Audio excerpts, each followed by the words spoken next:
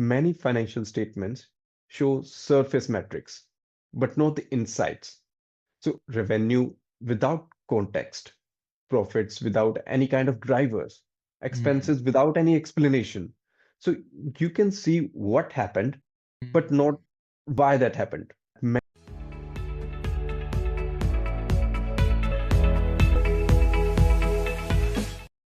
Hello there, Salim Omar here from Straight Talk CPAs. Today I'm joined by our senior accounting advisor and CFO, Abhi. Abhi, welcome.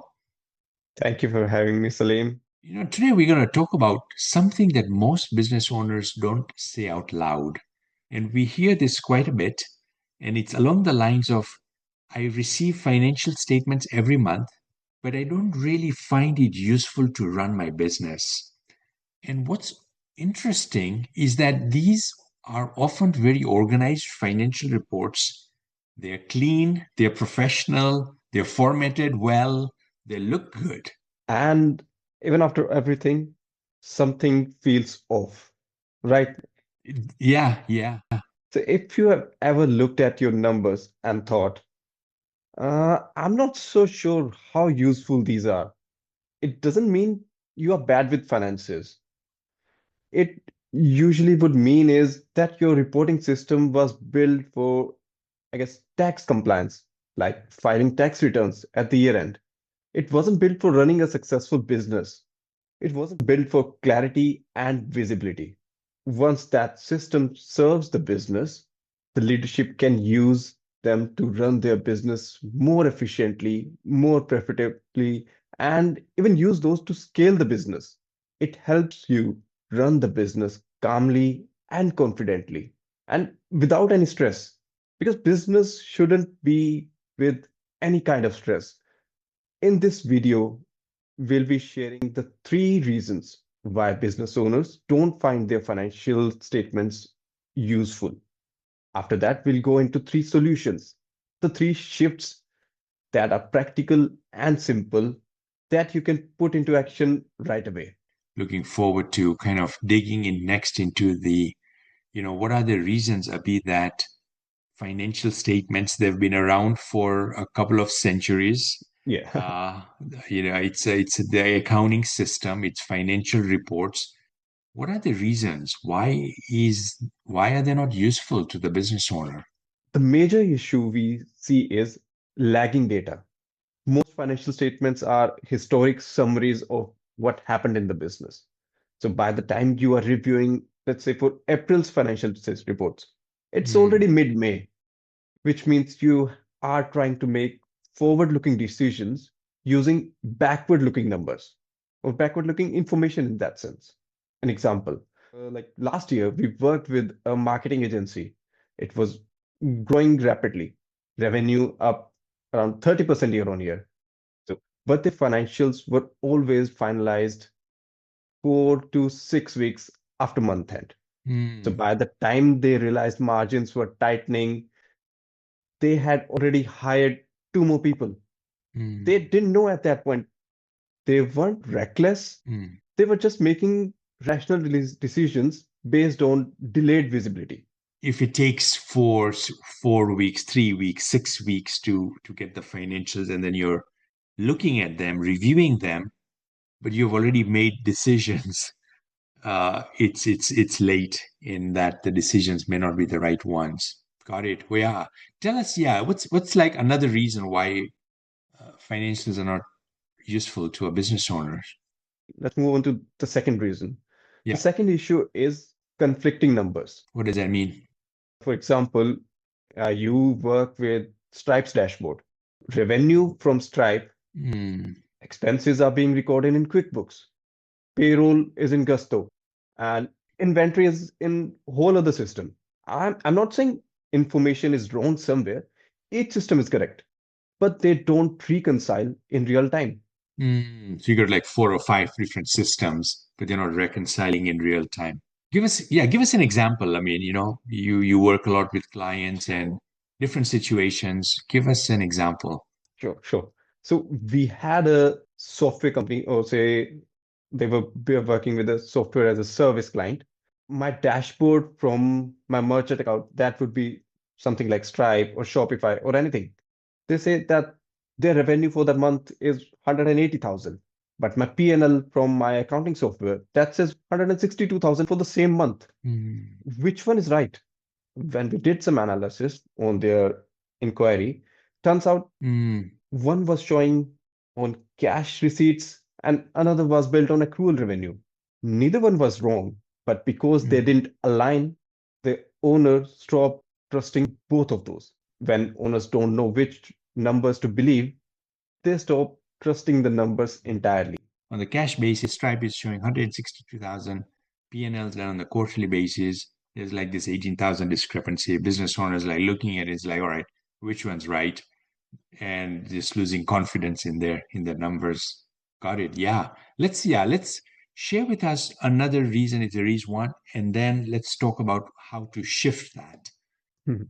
So the third major reason is that many financial statements show surface metrics, but not the insights.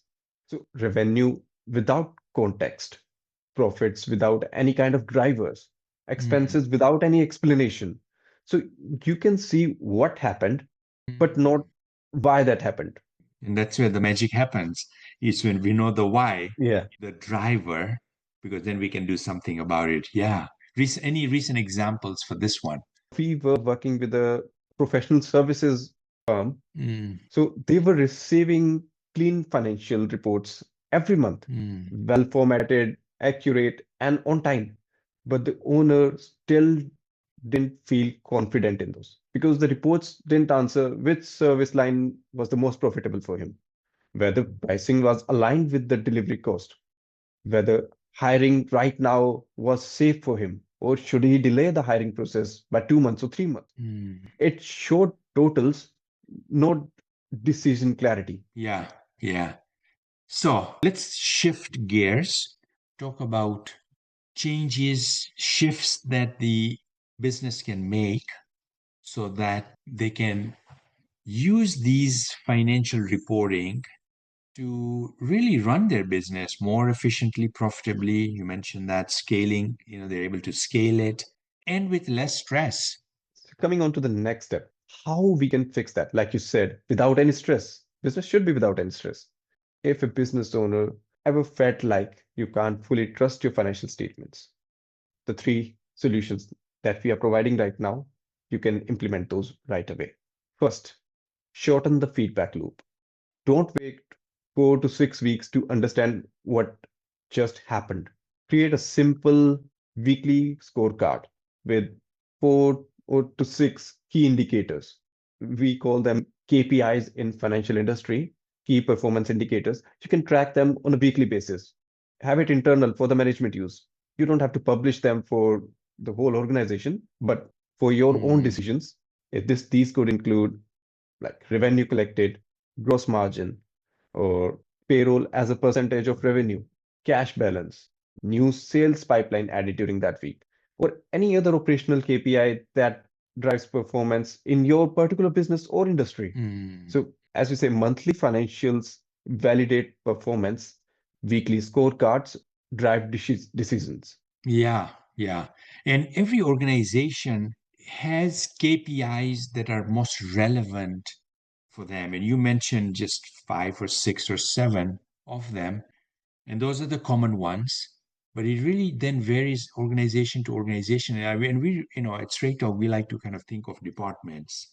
And your sales and marketing department, they'll have their own KPIs, lead gen, how many leads came in, conversions, cost per acquisition, cost per lead, and so forth. So those are the most relevant KPIs for that. There's going to be relevant KPIs for the fulfillment, the delivery of the product or the service. And then there's going to be KPIs on the overall financials of the business, which operations internal, they track. So yeah, this is really really useful, and a key thing is to not to wait for the 4 to 6 weeks Mhm. when a financial report lands on your desk, but instead, in addition to that, rather, instead, I said the word instead, but it's not an instead, it's in addition to that, get this weekly scorecard. So at the end of the week or the beginning of the following week, you have the most important key performance indicators the business owner requires. Let's talk about the second thing where you said reconciling Stripe. You gave Mhm. the example of Stripe showing Mhm. 162,000 in money coming in and the P&L showing 180,000. So here, what's important, as far as the shift goes, is to make sure that you're reconciling your systems. If you have a payment, a merchant system, make sure that's getting reconciled to QuickBooks. And you've got Gusto, that's getting reconciled. Uh, your accounting method, you're clear which method to use, whether it's cash basis or accrual basis. And depending Mhm. on the business, for some businesses, cash basis works just as fine. But for others, cash is inadequate and we want to switch to an accrual basis of accounting. And for Mhm. businesses that have inventory, there are different methods of measuring inventory. So this is really, really important as a as a solution, as a shift to make sure that all your systems, they're talking to each other in a way, they're aligned, so that you're getting reports that you can look at and say, all right, I can trust this report, I can Mhm. rely on this report to make important business decisions. Like you explained, so in financial terms, we would say something like create one source of truth. Mm, If you have everything reconciled into one system, you can always count on that. So when the leadership knows exactly which number drives decisions, confidence returns in being able to rely on those financial reports. mm. Yeah, definitely. Let's go on to our third reason before we wrap up here. Third solution we would recommend here would be to redesign your reports around decisions and not on compliance. Your reports or financial reports should answer something like, can I afford to hire someone right now? Am I pricing my products or services in the most optimal way that allows me to bring in new clients, but without hurting my profitability at the same point? Or that could be which services or clients drive higher margins. So I can be more intentional about marketing to that particular segment. So if your reports don't help you decide, they are incomplete. For example, P&L broken down in different ways, P&L by class, project, or location. What if scenarios, budget versus actuals, forecasts, comparison with prior periods that would include monthly comparisons, quarterly, or on a yearly basis as well. Yeah. One of the things, Abhi, that we see when we are onboarding a new client and they have been using QuickBooks or an accounting software and they've got a certain chart of accounts, and you and I spoke about this earlier, is when the chart of accounts is not serving that business, it's not designed, it's a Mhm. generic templated chart of accounts, but you're not able to make decisions. It's not laid out in a way that you can look at this P&L and say, oh, I get it, I understand. The P&L is saying a story. And when you understand the story of what has happened, there is then the ability to make changes, to implement changes, to make improvements, and so forth. This was really very good. Really, I mean, financial clarity isn't just about more reports. It's about the right ones. It's getting the right ones at the right time. Exactly, yes. So when your numbers are timely, aligned, and decision focused, you stop guessing. You are not just relying on your gut feeling and you stop reacting. So when you stop all of these things, you start leading with confidence. Yeah, that's awesome.